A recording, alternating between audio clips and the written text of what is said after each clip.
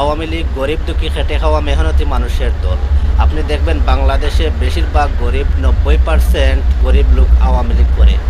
তার কারণ আপনি দেখেন রিক্সা চালক এরা বেশিরভাগ আওয়ামী লীগ করে, খেটে খাওয়া মানুষ তারা আওয়ামী লীগ করে, কৃষিক্ষেত যারা করে তারা আওয়ামী লীগ করে, বেশিরভাগই আওয়ামী লীগ করে গরিবরা।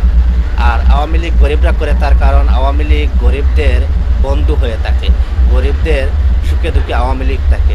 আওয়ামী লীগ গরিবদের ভাতা দেয়, বয়স্ক ভাতা, বিধবা ভাতা, প্রতিবন্ধী ভাতা, সব ধরনের ভাতা এবং স্কুলের ছাত্রদের উপবৃত্তি যা আছে সব দিয়ে দেয় একটা ইউনিয়ন পর্যায়ে। এবং 10 টাকার চাউল কেজিতে 10 টাকা চাউল এটা দেয় ইউনিয়ন পর্যায়ে। আপনি দেখবেন তেল দে এবং চিনি দে, এগুলো দে। মানে আওয়ামী লীগ যা আছে গরিবদের সব দিয়ে খেয়াল করে, গরিবদের ঘর বাড়ি দে এবং টিউবওয়েল মানে পানি খাওয়ার স্থান করে দে, সব করে দেয় আওয়ামী লীগই।